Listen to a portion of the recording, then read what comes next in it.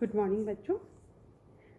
आज हम second year arts की इस क्लास में सेकंड पेपर की 5th यूनिट में निर्धारित हिंदी कहानी का उद्भव और विकास विषय पर विस्तार से चर्चा करेंगे।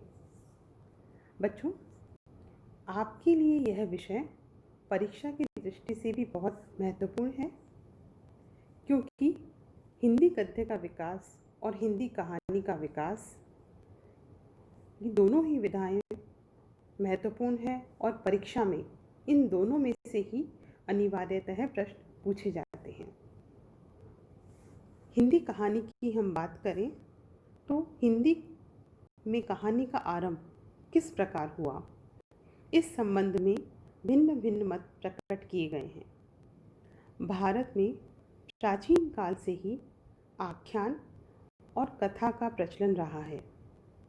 संस्कृत में उपनिषदों और पुराणों के आख्यानों से लेकर कथा, सरित सागर, हितोपदेश और पंचतंत्र की कथाएं, पाली में जातक कथा, फिर मध्यकालीन हिंदी में लिखित 84 वैष्णव की वार्ता आदि तक की परंपरा को जोड़ा जाता है। हिंदी कहानी का संबंध इस परंपरा के साथ बताया जाता है, परंतु वास्तविक रूप में खड़ी बोली हिंदी में गद्य का आरंभ उस समय हुआ जब पाश्चात्य साहित्य के प्रभाव से गद्य लेखन आरंभ हुआ था। खड़ी बोली गद्य की रचना लल्लू जी लाल सदल मिश्र, सदा सुख लाल, इंशा अल्लाह खान आदि से आरंभ हुई। इंशा अल्लाह खान की कृति का नाम रानी केतकी की कहानी है, किंतु यह कहानी आधुनिक हिंदी कहानी के स्वरूप और कथ्य से भिन्न है।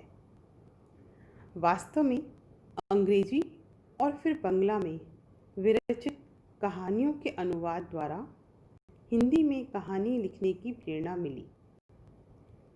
हिंदी कहानी का आरंभ आचार्य रामचंद्र शुक्ल के अनुसार किशोरी लाल गोस्वामी की इंदुमती कहानी से हुआ, जो सन 1900 ईस्वी में प्रकाशित हुई थी।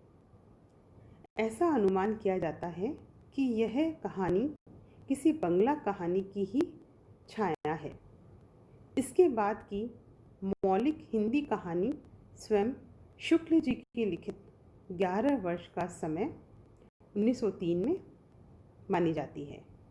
नई खोज से पता चला कि माधवराव सप्रे, जो मराठी भाषी हैं, की एक टोकरी भर मिट्टी 1901 को प्रथम हिंदी कहानी माना गया था। श्रीमती बंग महिला की दुलाई वाली 1911 ईस्वी में रचित कहानी भी प्रकाश में आई। 1900 ईस्वी में सरस्वती फिर इंदु पत्रिकाओं के प्रकाशन से हिंदी में कहानी रचना को बड़ा प्रोत्साहन मिला। जयशंकर प्रसाद की ग्राम, प्रेमचंद की कहानी पंच परमेश्वर, राधिका रमन सिंह की कानों में कंगना, विशंभर नाथ शर्मा कौशिक की रक्षाबंधन, चंद्रधर शर्मा गुलेरी की उसने कहा था उल्लेखनीय रचनाएं हैं। प्रेमचंद की कहानी पंच परमेश्वर यद्यपि 1917 ईस्वी में सरस्वती में प्रकाशित हुई, तथापि प्रेमचंद उससे पहले से ही इस प्रकार की कहानियाँ उर्दू में लिखते थे। अतः यह माना जा सकता है कि हिंदी में कहानी का स्वरूप निर्धारित करने और उसकी परंपरा चलाने का कार्य प्रेमचंद द्वारा हुआ। किंतु यह उल्लेखनीय है कि चंद्रधर शर्मा गुलेरी की 3 कहानियाँ उसने कहा था सुखमय जीवन और बुद्धू का कांटा में से उसने कहा था आरंभिक रचना होते हुए भी हिंदी कहानी साहित्य का अमूल्य अंग सिद्ध हुई है। कहानी की संरचना, जीवंत वातावरण, बाल प्रेम की अमिट छाप और उसके लिए कुर्बानी देश काल की पृष्ठभूमि, सस्पेंस, संक्षेप में सभी पहलुओं से यह एक उत्कृष्ट कहानी कही जा सकती है।